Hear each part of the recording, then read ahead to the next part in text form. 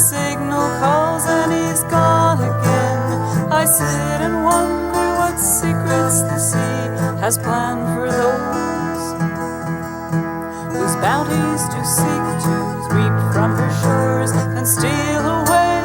Their nets are filled, anxious for play. Oh, Wisherman, oh, Fisherman, full of dreams, deep as the blue. Once more he goes, but still never knows if those dreams will ever come true.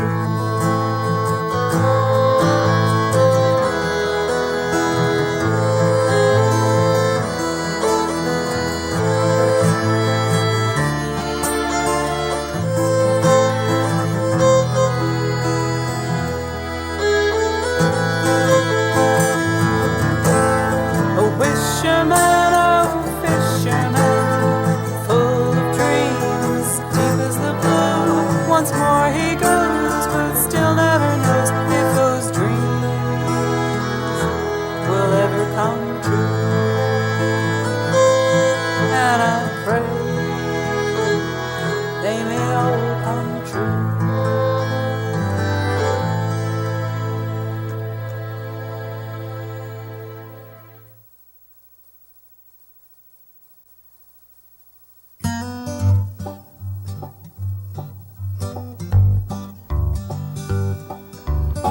Gone fishing, it's a sunny day.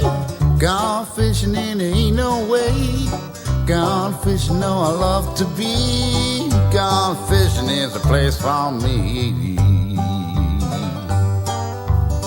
Gone fishing, set the sign. Gone fishing with my baby mine. Gone fishing, closing up this store. Gone fishing for a month or more.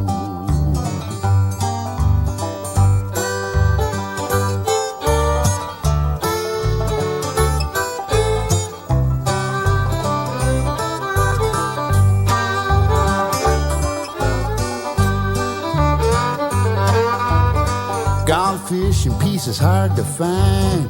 Gone fishing, leave the world behind. Gone fishing, ain't no TV. Gone fishing, just you let me be.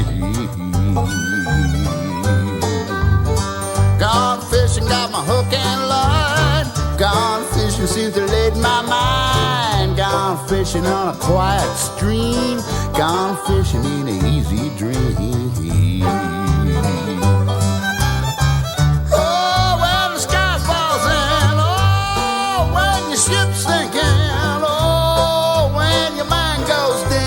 Don't you just wanna go fishing?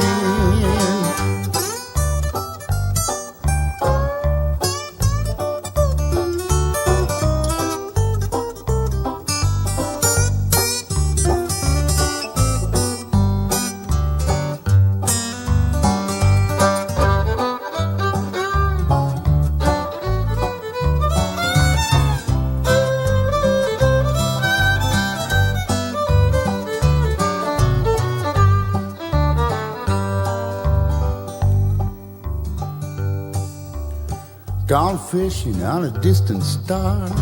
Gone fishing, never been so far. Gone fishing, it's a simple fact. Gone fishing, never coming back. Gone fishing, it's a sunny day. Gone fishing and there ain't no way. Gone fishing, no, I love to be. Gone fishing is a place for me.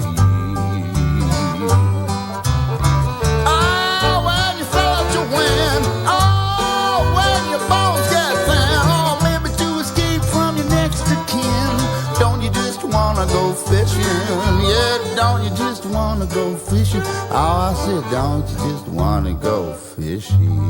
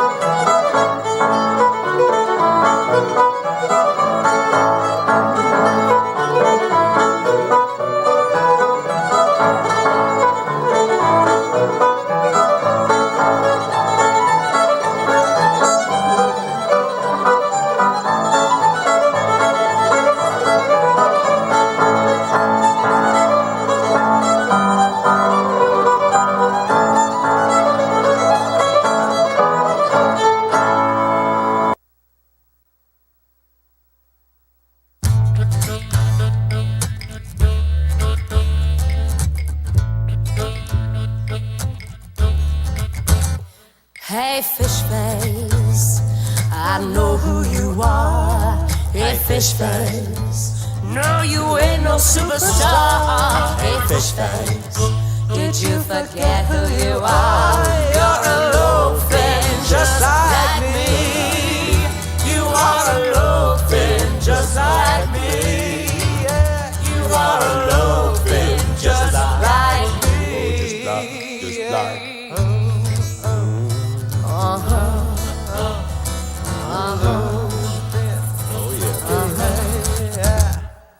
Just another vertebrate getting in the way.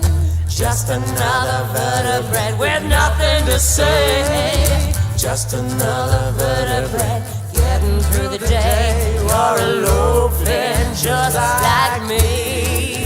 You are a low-fin just like me. You are a low-fin just like me.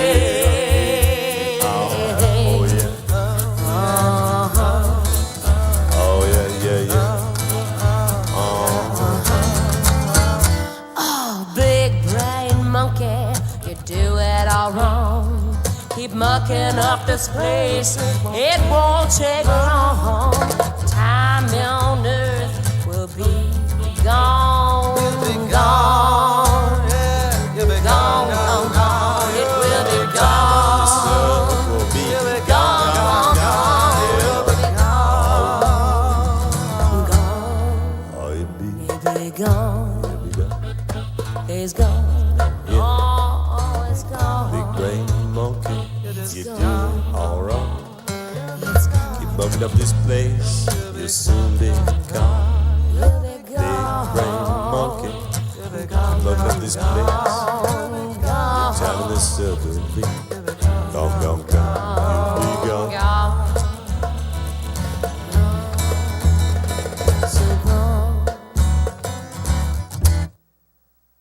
Hey, fish face, I know who you are. Hey, fish face, you ain't no superstar. Hey, fish face, Hey, fish face, you forget who you are. You are a low-fin just like me. like me.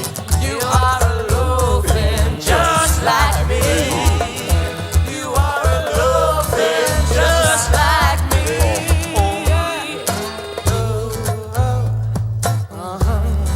Yes, I'm talking about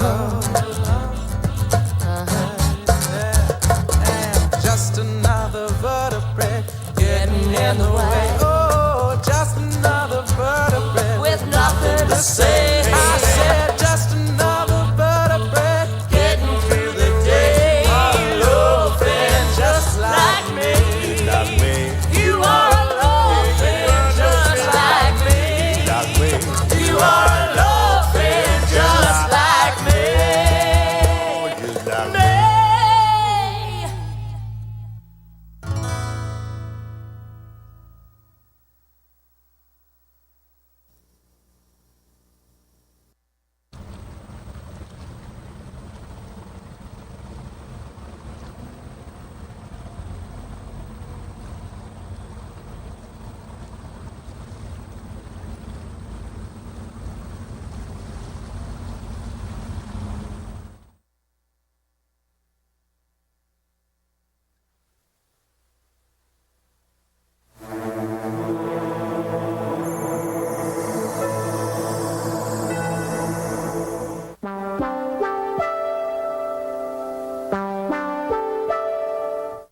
is really interesting is when you get a face full of jellyfish.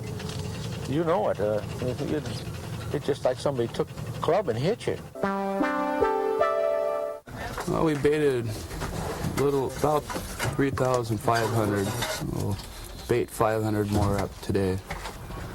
So, be more hooks than we got gear, so hopefully we'll have enough time to reset. If you hire a green man, you're asking for trouble. And we haven't got time to break them in here, so we have all experienced people. That may mean the difference between another set, which may be $100,000 right there.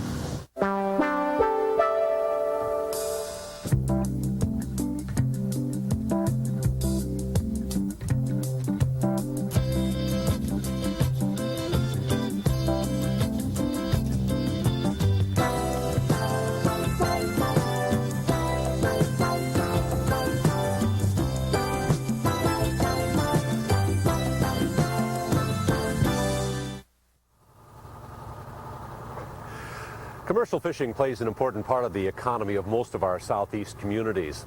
Despite that, however, the closest some of us get to the industry is looking at the boats here in the harbor, buying a fish at the supermarket, or trying to catch our own at the end of a rod and reel.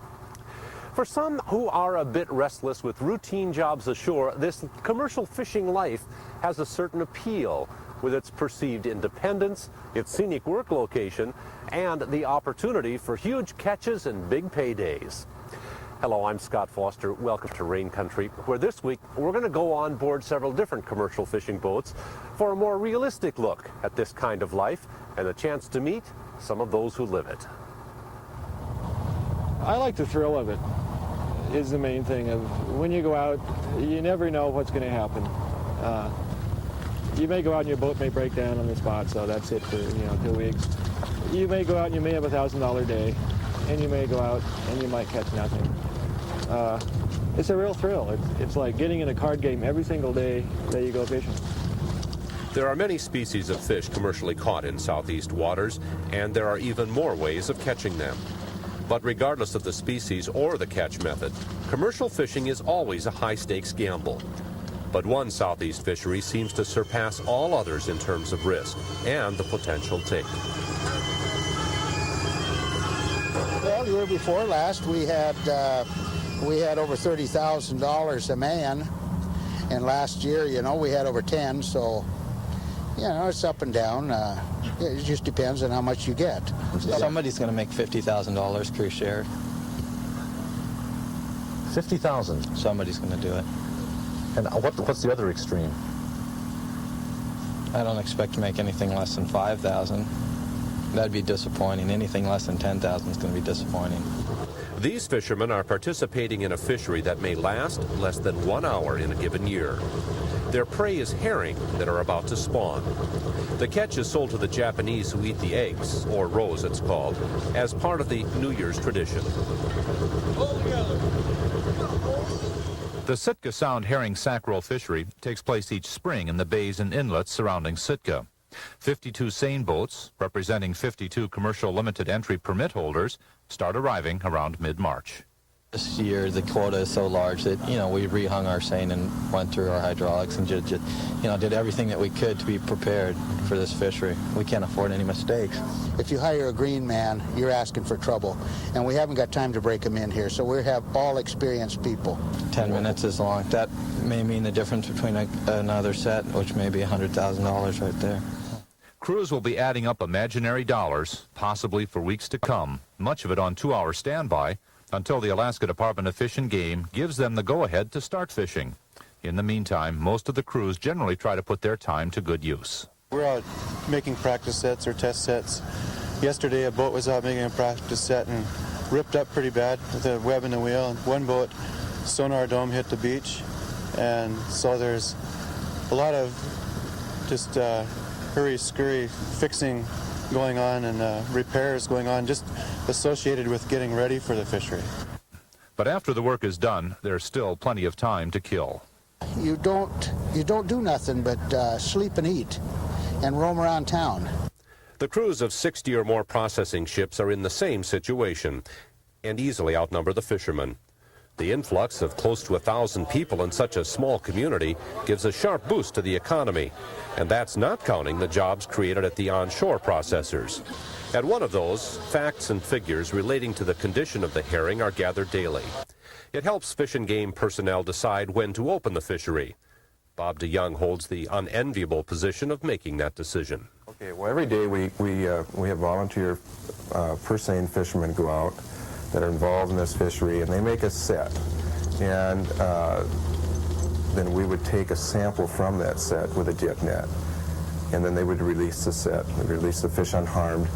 And then we would take the sample back to Sitka Sound Seafoods, where there are a number of Japanese technicians, and the Japanese technicians would work up the samples. They would analyze the samples for roe content and other information that might be useful as far as making a decision on when we fish or not. The male-female ratio, the percentage of fish in different age groups, the quantity of herring available, and the percentage of roe per body weight are some of the factors that affect the outcome of the fishery. As the samples are worked up, representatives from the various fishing boats and processors carefully take notes to aid them in their search for the best fish and in price negotiations. Once the data is collected and analyzed, they all meet with DeYoung to discuss the latest information, some of which he and a dozen other biologists have been collecting by aerial observations and other means since 6 a.m. I would classify the north end as we're really into major spawning right now, and we're probably in the, I don't know if we're on the downhill side, but it's pretty much taken off there. The Department of Fish and Game's main job is to make sure there's adequate escapement, but the fishermen and processors have to worry about quality. The price per ton can vary dramatically, depending on roe percentages. It's possible for the herring to spawn without ever reaching the desired percentage. The timing of the fishery is crucial, with each permit worth $500,000 to $600,000 and the value of a boat and gear worth possibly that much or more and adding up to well over $1 million. The pressure is intense. Consequently, DeYoung gives the permit holders as much freedom as he feels is possible to come to their own conclusions. I think more and more fishermen and processors are coming to grips with the fact that we're not going to get 10% fish this year, and we're looking at something like 7% or maybe even less than that if you know, it holds up true that that the fishery would be something less than what we were sampling. The processors are offering half of what they're offering some of the other areas that we've seen, in the neighborhood of 500, say, a ton for this fish. So if we're looking at 9,200 tons at $1,000 a ton, it's considerably different than looking at 9,200 tons at half that price. When it became obvious the situation for this season was abnormally bad, the permit holders were forced to come up with some creative solutions. In a past year, they'd formed a cooperative. Only a few boats actually fished, and they shared the profits equally among the others. Many of the highly competitive and independent fishermen had been embarrassed at having been part of such a socialistic agreement. This year, after on-the-spot negotiations between permit holders and processors, they decided on another type of agreement that they called a joint venture. Under this plan, each permit holder was allotted an equal share of the 9,200-ton quota, and they independently negotiated with the processors for the best price they could wrangle. The result of both these agreements was to take the emphasis off catching as many fish as they could, as fast as they could, and allow them to sift slowly through the schools of herring, catching and releasing those of lesser quality, and keeping the more valuable ones sampling as they went. We're not going to count, we're just going to crack and dump. When you get a female, they try to get it so it's cracking right here instead of back here. Right, it's easy. I know. This modified approach kept some boats searching for the right fish for about 2 weeks, a far cry from the short opening that was originally predicted.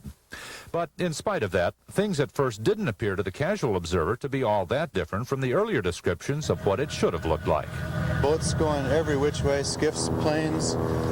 The air will be full of 35, 40 spotter planes. The spotter's job is just basically to spot herring for the boat, for the seiner that he's working for. And what they're looking for is schools that, and then they radio into the boat and say, well, there's a school in such and such a bay, and they pinpoint where it is, and the boat would go over there and make a set on it. It's bedlam, it really is. You'd think there was a fire somewhere. Boats ram each other sometimes. although not in the last few years. Shootings, you know, not at people but at boats, and it gets rough. You're all friends in town, then you go fish, and you come back and you're friends, but when you're fishing, it's competition. The potential jackpots involved in any kind of commercial fishery elevate competition to an art form. One of the key ingredients needed to hone the competitive edge is secrecy. Yet selective sharing of secrets is just as important. As much as an individual fisherman doesn't want the rest of the fleet to know when he's in the fish, he also doesn't want to be left out of the action when he can't find any. As a compromise, he may forge an alliance with a small, select group of friends. I'm over on the Bourne Road, Steve. Did I make a mistake?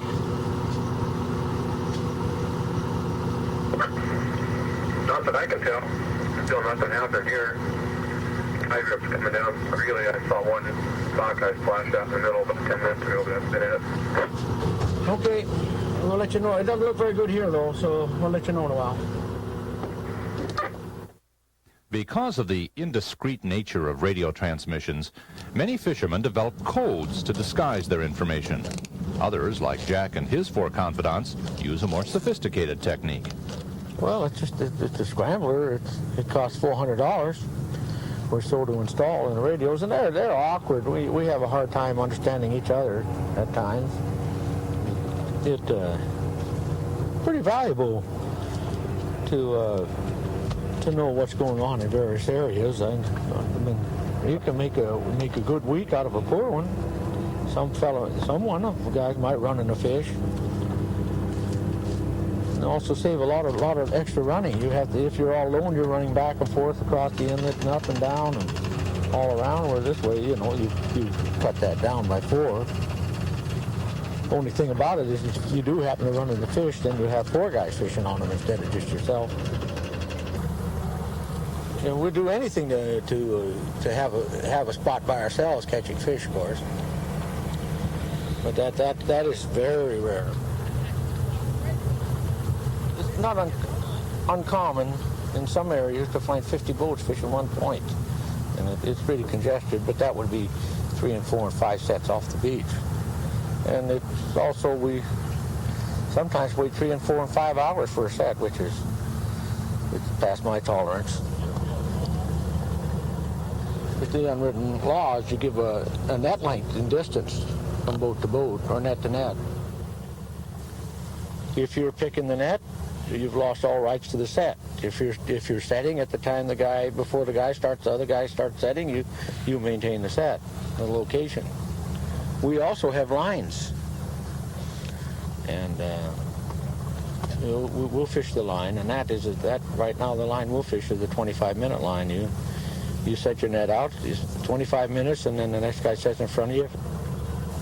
But I've seen guys break those laws, and nothing can be done about it. What can you do? You can't board the man. You can't do anything. You just have to put up with it. But then they kind of ostracize the fella. And then of course there's shouting matches, yelling, and sometimes ramming. There's been a few guns brandished too, and that's a terrible mistake. 50% of fishing is done in town, of course. Is maintaining your boat and gear and all this stuff. And the boats are so complex now, especially now, the hydraulics and the electronics. And electronics are beyond most of us, but most of us do our own hydraulic work and a lot of the engine work and the maintenance and upkeep on the boat. We just can't afford it any other way. Well, we've been working 7 days a week. 3 fishing and then 3 or so back in town here. You come into town and we used to sell fish the day we get here. Today we sold a day later this time. Then you clean the boat, and that's a 3 or 4 hour job. And a lot of guys go home after that. You know, if their net's in good shape, or sometimes even if their net's not in good shape, they just go home and then we'll start back on the next opening. But Jack takes good care of his net, and so when I get a chance, I'll help him out with that. But right now, we've been working on hydraulics and just a few minor problems with the boat. Just when the captain and crew have everything shipshape, it's back to the fishing grounds where hardcore gill netters often fish 24 hours a day during the 3 days or so a week that they're allowed to fish. Their only sleep might be occasional cat naps taken between sets. Most of the time, there's very little rest all the time you're fishing. And if you are resting, you shouldn't be. If you're going to fish, you don't get any rest. It's constant. You're alert all the time and watching all the time, and you're watching the net. You're watching everything. You're listening to your partners. You're watching the boat traffic, where they're moving and congregating, and you're looking for openings to set in. You're watching the tides. You're watching the trash drifting around. What you're trying to avoid. For corks bobbing or moving up and down, and watch for fish splashing in the net. There's no use sitting on a spot there for hours where there's nothing going on. Then even you tend to net that you try to avoid logs. You may have to drag logs out. Sea lions, sharks, even occasional porpoise, they cause a lot of damage. And there's always a shift in tide that will throw the net on the beach, and that could be the loss of the net. And nets are not cheap. It's probably $2,000 out there. Last week a tug came down with a couple log rafts that towing right through the whole fleet. The whole fleet had to run out and get away from them. One would think that the competition and all the work and potential crises we've already heard about that a gill netter has to deal with would be enough for anyone to have to put up with. But unfortunately, the supply of nuisances never ends. What is really interesting is when you get a face full of jellyfish. You know it. It's just like somebody took a club and hit you when you get it in the eyes. I've been temporarily blinded for over half an hour. I just had to shut the boat down and I just couldn't see anything. Just like I'd been hit. It's run me right out of this inlet at times. I've seen guys put on wetsuits, masks, everything, trying to avoid them. And then they got the flies that landed on you, and you can't hit them on account of the jellyfish, so that's the way it goes. It's unlikely that many professional fishermen would admit that the tense, difficult, and sometimes dangerous conditions that come with the business are part of the attraction. But it seems likely that it's all part of the mix that sets fishing aside from more mundane occupations and makes it a livelihood that some Southeasterners have found worthy of passing down from generation to generation. Such is often the case in Petersburg, where many of the residents are descendants of Norwegian immigrants who have passed down a strong fishing heritage that was begun in the 1880s.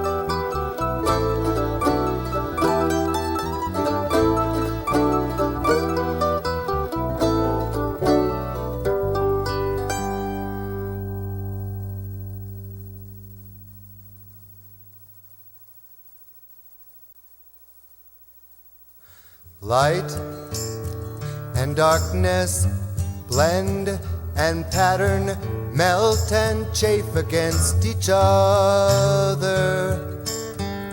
Small sparks flash beneath the water, little fishes dancing zigzags in the dawn. Little fishes dancing zigzags in the dawn. Down at the shallow end of the pond, carrying on. Now that the colors we're wearing are right, we're little fishes dancing zigzags in the night.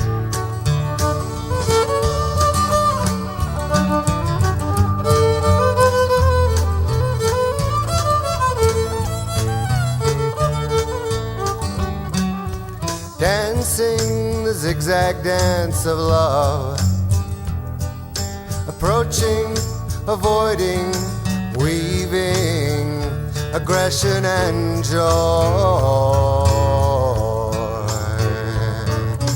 Changing directions, we can't say why. We're little fishes dancing zigzags in the skies. Little fishes dancing zigzags in the dawn. Down at the shallow end of the pond, little switches turning off and on. Now that the colors we're wearing are right, we're little fishes dancing zigzags in the night.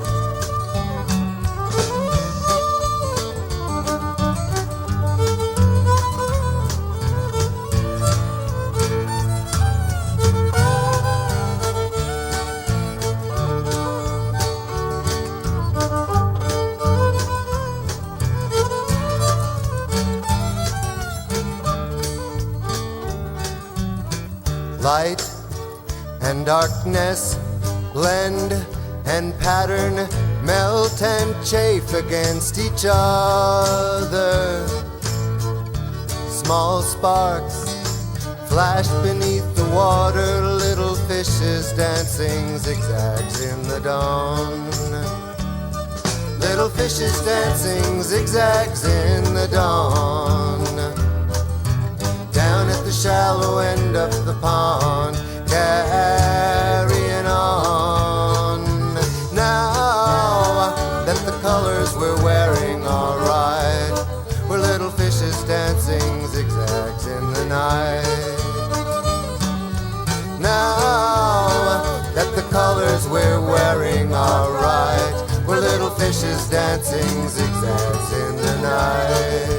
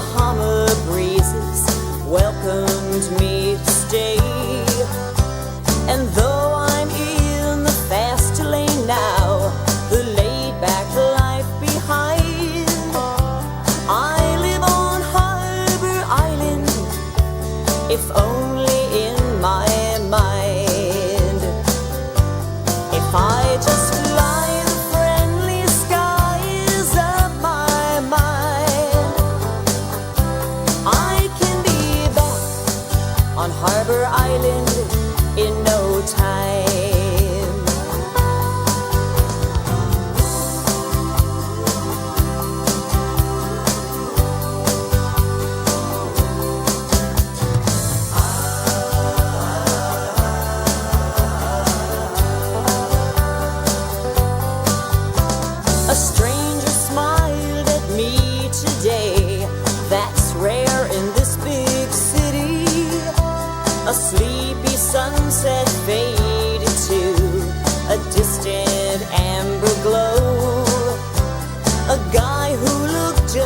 like Big Red was working on the highway. And you know, for a minute I thought I was home.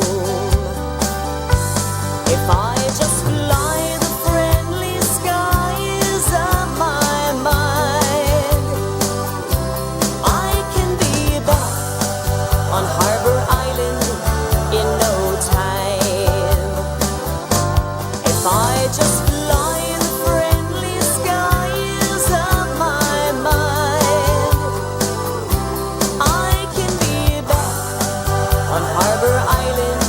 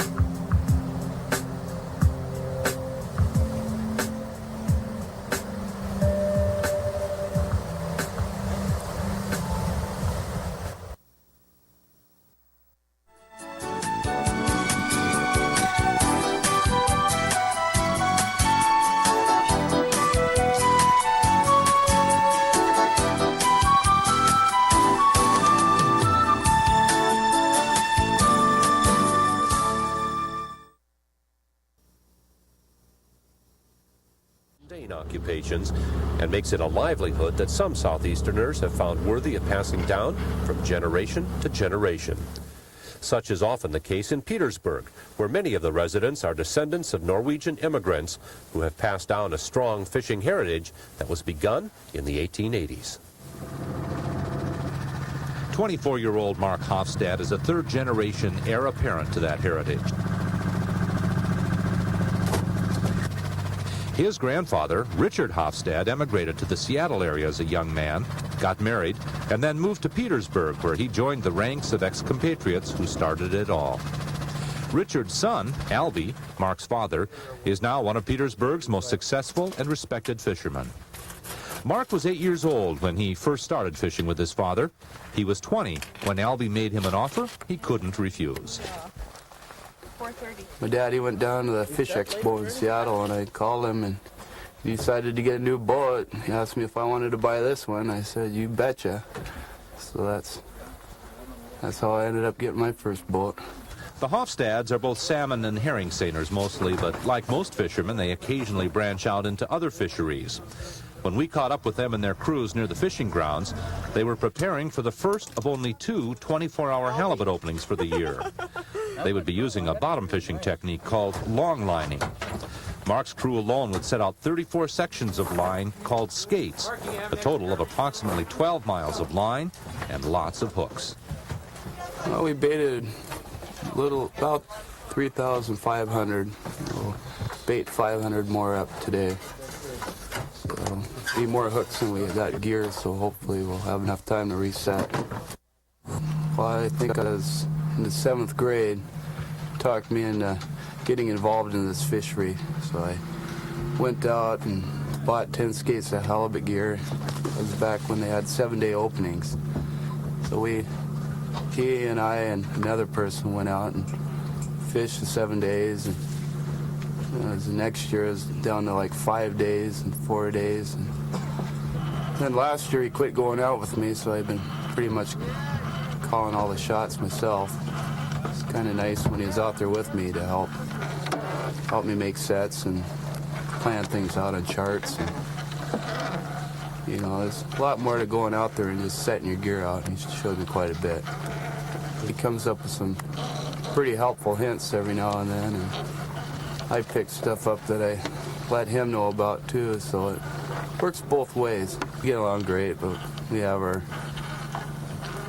deals. I don't like his music and he doesn't like mine. I want to do one thing, he wants to do another. It's probably like most father-son relationships, I'm sure, but we get along great.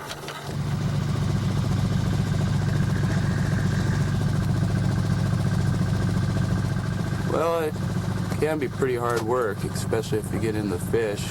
You got 24 hours and you're usually up for 2 days, no sleep. I think the hardest part is probably dressing the fish. If you're getting a lot, it probably takes a lot of most out of you. But if you got a good crew, like I do, you know, it makes things so much easier. You know, one got a weak link, it affects everybody, and you have to pick up their weight and slack, and it just makes it hard for everybody. In one day, it's more of a mental strain than anything else, because it's such a hit or miss deal. It's easy to tell when you're talking to Albie how proud he is of Mark, who now fishes further afield than his father ever has. And Mark, he just came down from up Lucian's, and they had over 1 million pounds of crab. But along with the parents' pride comes concern, well justified in this case, since fishing is the most dangerous industry in the nation. When he's up in Dutch Harbour and fishing crab up there, I do worry. Every year, so many boats lost up there. And I'll be glad when he's through fishing up there, come back down here and fish. But Norwegian fishermen don't dwell much on the risky aspects of the business. It's doubtful any of them would be doing it if they didn't figure they would be at it for a long time. I think I want to just keep going until I can't walk around the deck anymore. I really enjoy fishing. There's a lot of issues that are up between fish farming and the Taiwanese, and it's hard to say, you know. Fishermen just need to quit bickering and get together and try to plan for a better future and work some of these bugs out of our fisheries. I think if we all get together and work things out, fishing will be great for a long, long time. Even in the best of fishing years, and in spite of legends of fortunes made, the majority of people who fish for a living are more likely to make out financially much the same as power troller Joe Craig, who fishes out of Elfin Cove. I don't get rich. I basically, you know, make my state permit payment and pay for my family's living expenses during the year. And there's no profit, you know. I don't think there ever will be, really. It's maintain your boat, and I don't know what I'm going to do when I retire. I don't think I'm going to have any big retirement fund to go on, so I guess I'll fish for a number of years more and then play from there. A 9-to-5 job, you know, you have an exact paycheck every 2 weeks. It's going to be an exact amount of money. And that's nice because then you can buy things on time and make your payments. But it seemed awful boring to do that. There's no thrill to that at all. I think you'd be ahead of the game, you know, financially to do that. I'm sure I could go to Juneau and be a bureaucrat and probably make far more money than I'd make fishing, but I wouldn't have as much fun. The first year that I started fishing by myself, just before I bought the boat that I'm fishing now, I had borrowed one of the local skiffs, and I was fishing with rod and reel out at Soapstone, and a couple of humpback whales leapt out of the water at the end of my fishing pole, threw my boat all up and all around. It was great. Few women in the fishing industry own and operate their own boats. Deborah Page is one of the exceptions. She started hand trolling in 1977. Her eventful first year gave her an appreciation of the type of non-monetary rewards that are at the heart of making many people choose fishing as a way of life. We see lots. Killer whales and sea otters are just wonderful. There's a sea lion rookery at North Island in one place, and a seal rookery that we pass, and in another area that we fish here in the passes. And it's fun. It's real helpful with my child on the boat. Keeps them entertained watching all the things that are happening in the water around.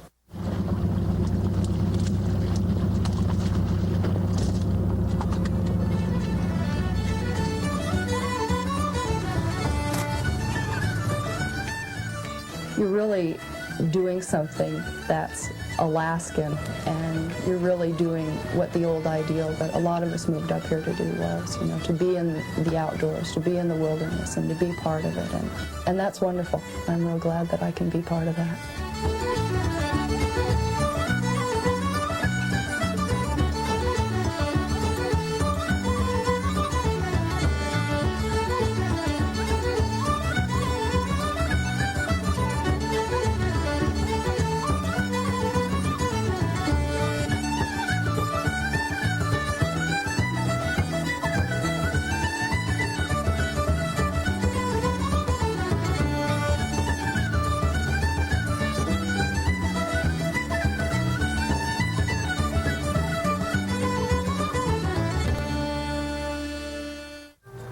There are few jobs that offer more diversity than commercial fishing. From the serene moment of scenic beauty to the full fury of a stormy sea. From bonanza to bankruptcy. We'll be back again next week on Rain Country and fish for some more diversity in our Southeast lives. I'm Scott Foster. Good luck on your fishing.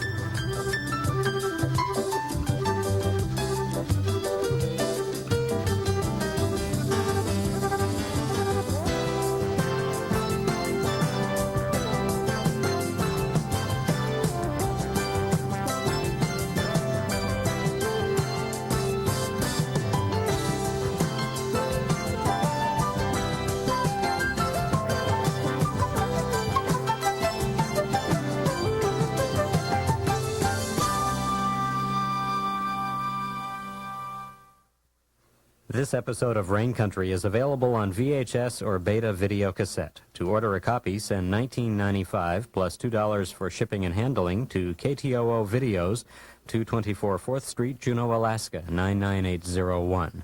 Credit card orders may call 800-478-3636. Please refer to the episode number when ordering your cassette.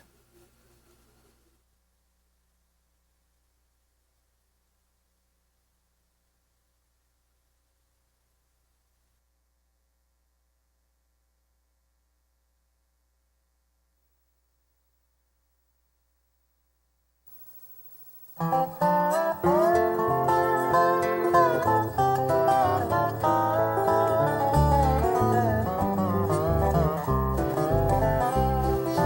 headed down that road once more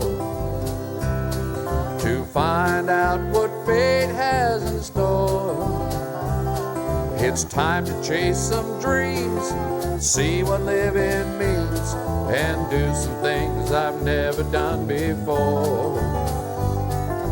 Failure's not a word that I know,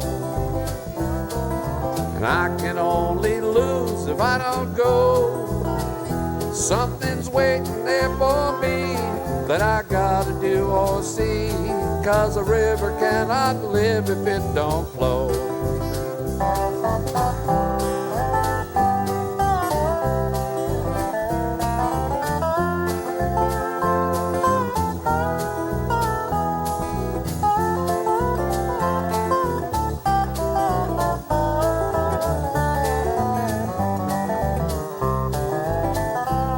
Well, I played the game, I followed all the rules, and a lot of folks might think I'm just a fool to toss it all away, live from day to day. I realize they haven't got a clue. Fitting in just takes my life away, trying to do what other people say. When God created me, He must have lost the key. So just stand back, I gotta go my way.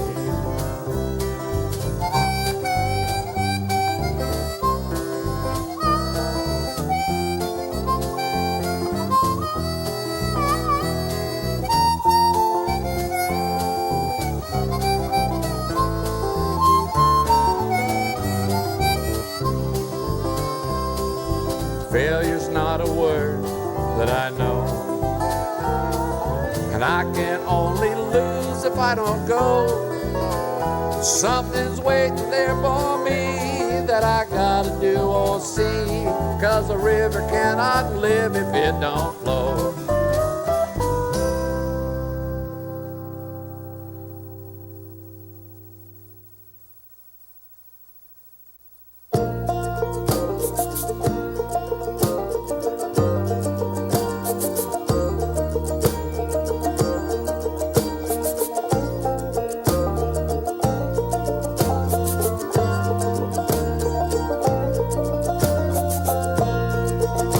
I'm a fisherman, that's all I am.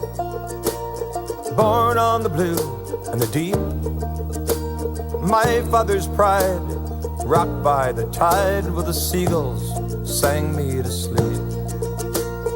Far back as I can remember, I was holding a net or a knife, with no time to play, working hard every day, and by God, that's a fisherman's life. Hearing the roar of the engine, far away from the harbor lights, keeping time to the beat of the wind and the sea, and by God, that's a fisherman's life.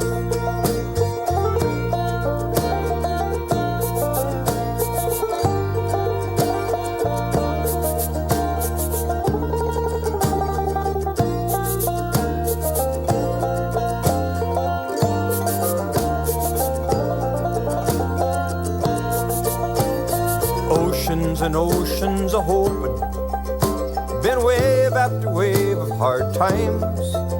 So I curse and I spit and I swear that I'll quit, but by God, it's a fisherman's life. and I'm a fisherman, that's all I am. Born on the blue and the deep, my father's pride, rocked by the tide where the seagulls sang me to sleep.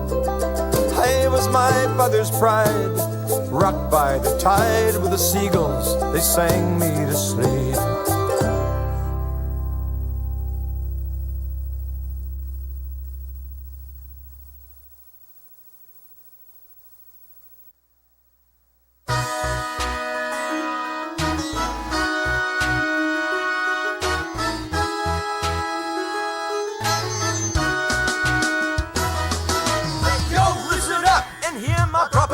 When you're headed for some fun in the sun and do some fishing, if you get protected species or you meet your rockfish quota, always be prepared if you land them in your boat. In the party boat and it's starting to rock. The genus is Sebastes and we like it quite a lot. It means magnificent in language of the Greeks. Some cool fish effluvia for ichthyo geese.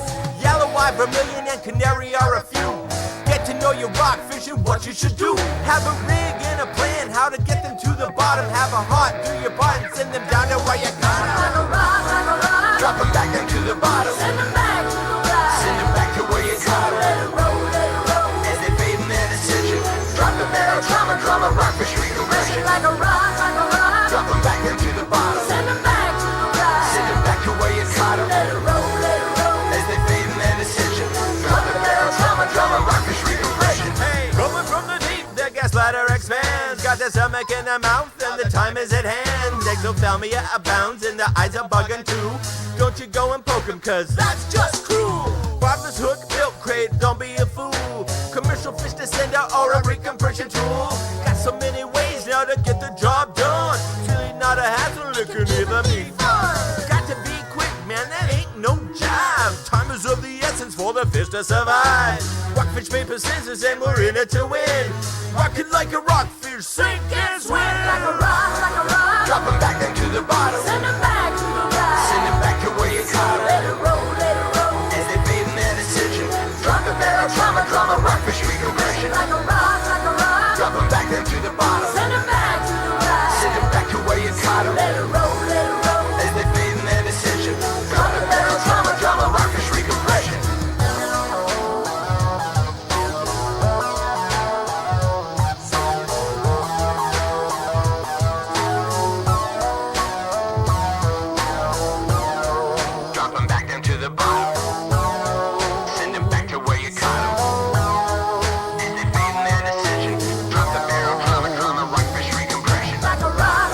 drop them back into the bottom. Send them back to the right. Send them back to where you got them. Let it roll, as they fade in their decision. Drop the barrel, drama, rockfish recompression. Like a rock, drop them back into the bottom. Send them back to the right. Send them back to where you got them. Let it roll, as they fade in their decision. Drop the barrel, drama, rockfish recompression. Drop them back into the bottom. Send them back to the right. Send them back to where you got them. Let it roll.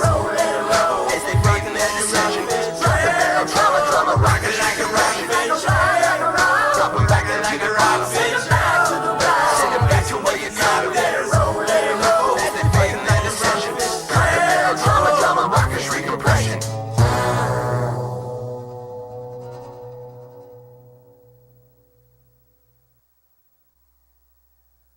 Sarklek yakışga ideyi an kawuje ha Nishan yayidatsu da kuzidan Sarklek yakışga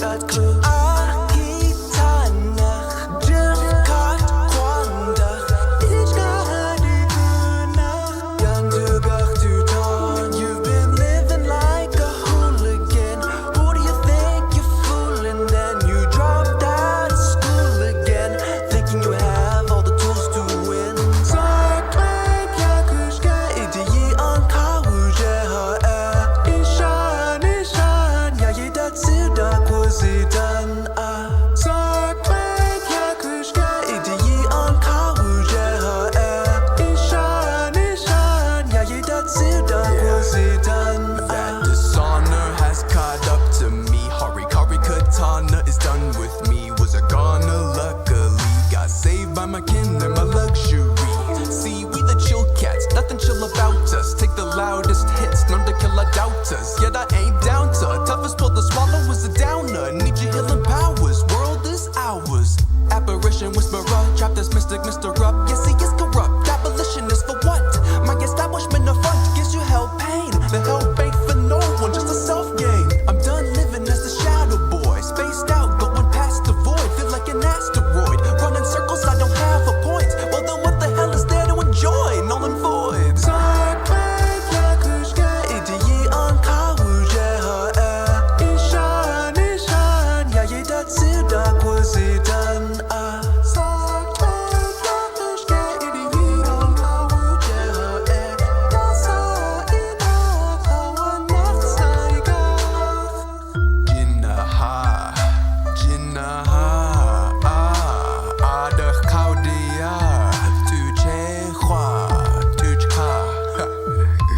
Just another day being a hooligan.